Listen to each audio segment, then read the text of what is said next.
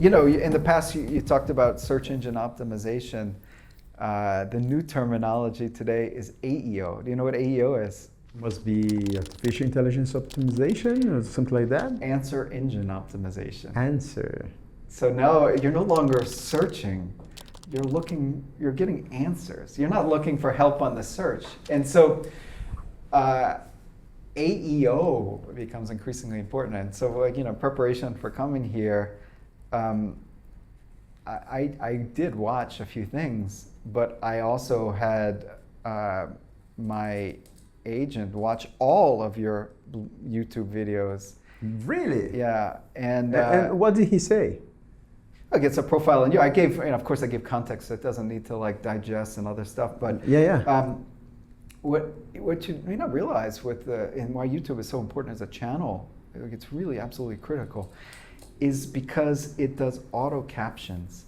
And then there's a library that allows you to download the auto captions and produce and document the contents of the video.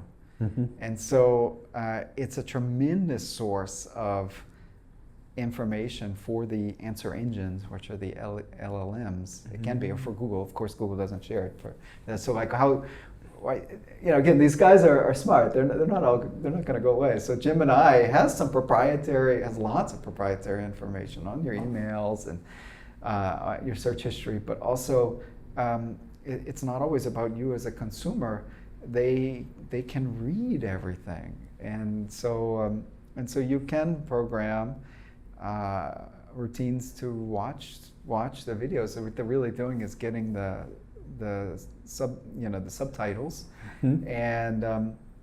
and digesting, and they can figure out who's saying what by the context and by the pauses, because they come with times, and so it's really amazing.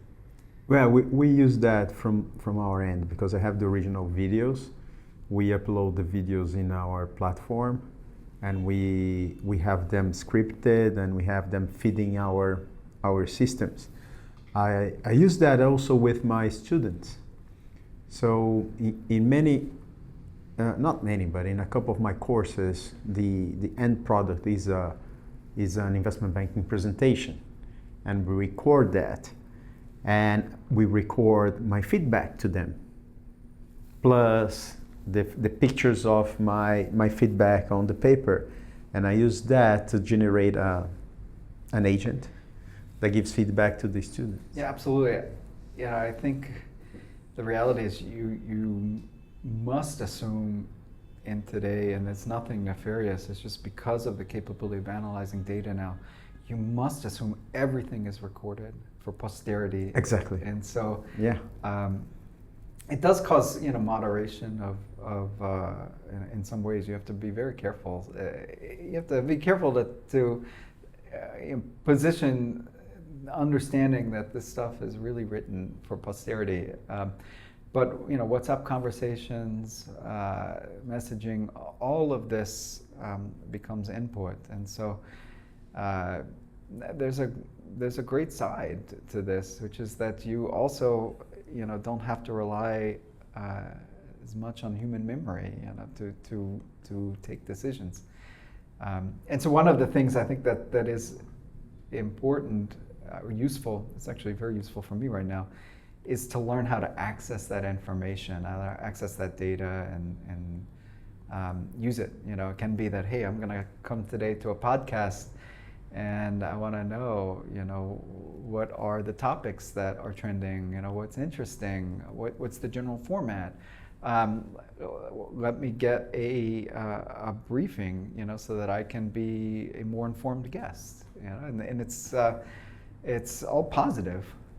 And this is the mindset that I think, one of the mindsets that is a really critical marker, I think, of success going forward, is to kind of understand what's possible and figure out how to get leverage. We talked earlier about accountability on equity culture.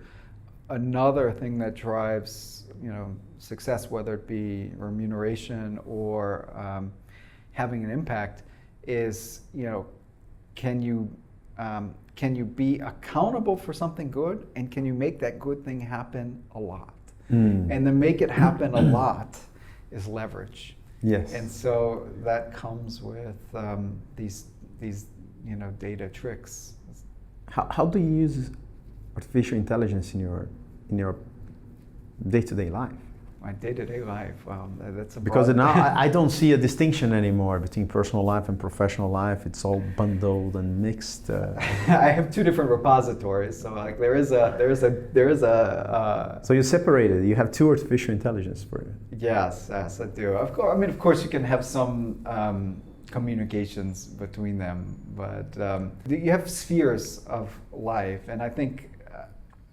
Again, the tendency, maybe we talked in another part about, doing multiple things at once. There is a tendency to have multiple spheres, not just personal and professional, but for professional itself to be various encapsulated things. And it can be different companies, but even in the same company, at Bamboo, I oversee the compliance program, but I also look at corporate funding. I also do a lot in strategy. These are different spheres, and they each wind up marketing. We talked a little bit about answer engine optimization and so forth. They each wind up having their own repository, which is you can say is an AI, but then part of the role is to figure out how to share information, what to share, that connective tissue between them all. So, how do I use AI? Everything from helping on tax filings and keeping track of information. It's really excellent at tabulating things, but also on exploration, things like I'm going to come visit Zé today, what are the things he's been talking about?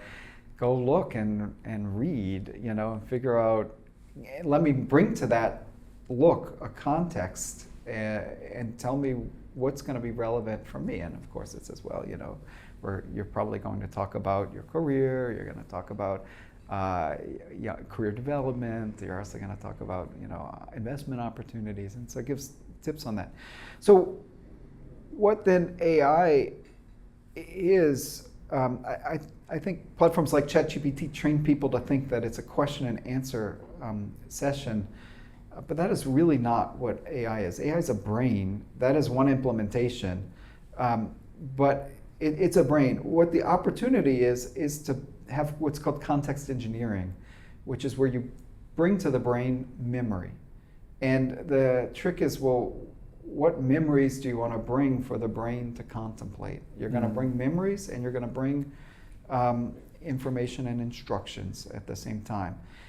And that is a complicated thing to do about how do you create and retain memories, and how do you retrieve them to answer the right question. And the retrieving can itself create a new memory, and that is called, these are all technical terms, but what you're doing is creating a state, is what it's called, a state of memory, a state of you, or a state of your business. And how do you change that state? Because it is what really using AI means. How do you help it understand what state are you in, what are you trying to get to, and what functions you need to do that. And so today I use it to help me manage the compliance program. My partners use it to help track deal flow and keep track of next steps. We use it when someone sends us a loan tape to process the loan tape and put it in a new state. Now it's in an analyzed state. It's ready to be, it's digested and cleaned so that you can choose parts of it to show to investors. Then you choose a subset of what is going to fit the investment security that needs to be done. And then you're in a state of partially structured, and eventually you're gradually structuring a deal. So taking things on a journey is what AI is really good at, and I try to look for opportunities to take something on a journey. It can be like you're going to take your your income returns, your bank statements, your doctor bills on a journey to be a filing at the Brazilian income tax authorities, the Receita Federal. And it's what a journey. It is what a journey. It is excellent at that journey. And so yeah, so that's the most recent example because I was up for 48 hours taking my financials on a journey. Most recently, but then I turned my focus to other things now. Again, more broadly, what an opportunity is this translation of like, well, Claude or ChatGPT or Gemini, it can read a PDF, but not necessarily well. And that's not what it's good at. It's good at, if you describe the contents of the PDF, how do you fill out a form, the Brazilian income tax reform or the US income tax reform form, how do you do that? That it's very good at. It's very good at like mapping, and identifying a pattern and how do you fit it into that. And so this connective tissue is what using means. It's about building. It can be you speaking, or you typing. You can be the connective tissue through your brain, to your fingers, or to your voice, to the AI. But it can also be via software. And so that's a provocation for people to research and think about. And then, again, what do you do with the information you get? Does it die in your brain, or does it go back into the system? So not only is there how do you get it in, it's what do you do with what comes out, and how do you store that, and how does that affect the next thing that you're going to shove in? So there's a whole branch of AI called knowledge systems that talk about that. It looks like there's people betting on like, well, what is the constraint if chip prices are eventually going to come down, and there's lots of models, and you're going to have billions of parameters, and everything's going to be very, very good. On the thinking side, maybe the constraint moves to memory. Like not on, after Mythos or ChatGPT 10.0, they're all eventually going to be so good that it's actually going to be, how do you figure out what to give it? You can try to throw everything, but you won't get a good return form. And then what do you do with what comes out? A lot of work is actually on templating, how do you get a consistent answer? In mathematics, you call that a deterministic solution. How do you get something that moves from being, if it's not deterministic, it's probabilistic. So how do you get something from being probabilistic to deterministic? Deterministic means you can guarantee how it's going to come out. And the way you do that on something that's generative is you break it into very, very small parts. You put lots of like checks on like what came out. Is that what I was expecting? And then you have templating. And so, AI today is some very early version of all of that, of like figuring out what to get in, figuring out how to deal with what you got out, and how to template it to get something that people want to see that doesn't offend them as looking like it came from an AI. And tell me a little bit about the change from SEO to AEO. Wow. I mean, it's really early days, but it comes down to, you can see it in the usage stats. People just say, I'm going to ask, in Portuguese, you would say, my friend, meu amigo ChatGPT. Yeah. Brazil's a mega user of the engines, of the LLMs. And so it's understanding like how do they get answers, and how can you be seen as an authority, so that you eventually get cited, and traffic flows to you, is essentially the definition. But it's very, very early days of understanding how do they find information. These are like kind of more futuristic things. They exist, but the LLMs will have their own search engines. Bing didn't go away. It is one of the search engines that's used not by humans. Of course, no one uses Bing. No offense to Microsoft, but it is being used. It's actually used by the LLMs to find stuff because Google's not going to serve them super well. Like they want to serve Gemini. Exactly. So they need to have alternatives. And there will be browsers for the agents. It's not going to be Chrome, again, because it doesn't need to serve a human. It needs to serve the capabilities of the... So I should start building a website for my company that is built for LLMs, not for humans. Yesterday, absolutely. This isn't even futuristic. It must have a sitemap. It must be structured in a way that agents can crawl it, because this is totally real. This is not even future. This is like, and I'm rebuilding ours. This is real time need. What is going to happen is you will increasingly have software that's built for the LLMs. Like, does anyone really want to go into the Brazilian Revenue Service, the Receita Federal, and fill out the thing? It's actually an amazing program that they developed. Yeah, it's pretty good. But if I can give my statements to LLM, and have it fill it out, wow, do I really get joy out of going in and doing this? No, I'm sorry. I admire their amazing work, but no, I want it to go. And so that will happen more and more, where people will start to realize that it's not even going to go through a human. Look at much of email.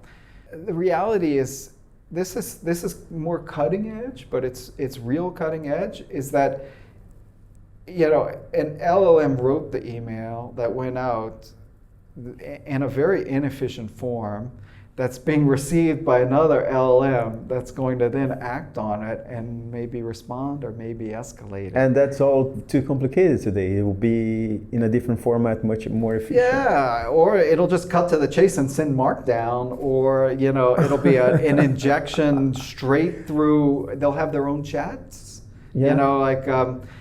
Maybe it's like a telegram, but you kind of hear these things, like you have one guy speaking a nice human voice, another one speaking a human voice, and then something happens. It's just like, wait, are you a bot? It's like, yeah, I'm a bot. And then they go, and then they start switching to a much more efficient method of communication.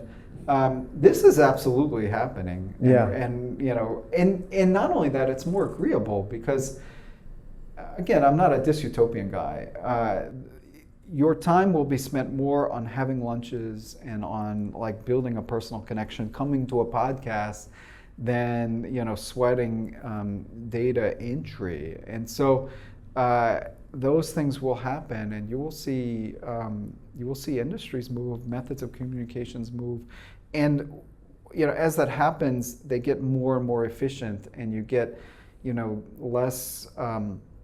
less drama where it's not meant to have drama. I'm like, well, what did you really mean? Should I be worried here? Exactly. No, you wind up having a whole book of context sent to you, and you're like, well, thanks, that's a little too much information, but okay, I'll figure out, and let me get back to you. And so this is not of the distant future. We're talking already happening and increasing in velocity, and I'm curious what the next year looks like in terms of communications.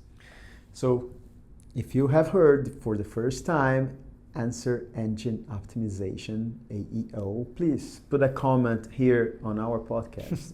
I'm gonna forward your comment to this sir, to Arthur. Thank you, Arthur. That was great, man. Se você está participando de processos seletivos e não está dando certo, você se sente preparado, você estudou o que tinha que estudar, mas você não está conseguindo a vaga dos seus sonhos, venha no meu workshop de processos seletivos.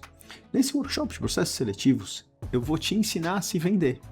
Aqui no Brasil a gente não treina isso, a gente é muito carente disso. Então você precisa aprender a se vender para o mercado financeiro com a cabeça de quem contrata. Você vai entender a diferença das entrevistas, como são as dinâmicas e como fazer uma narrativa única que vai conectar você naquela vaga, naquele empregador, naquele banco ou boutique. Então fique atento, o workshop de processos seletivos da Bankers Academy, ele acontece 2 a 3 vezes por ano. Se você quer saber quando é a próxima, mande uma mensagem para mim que eu te ajudo.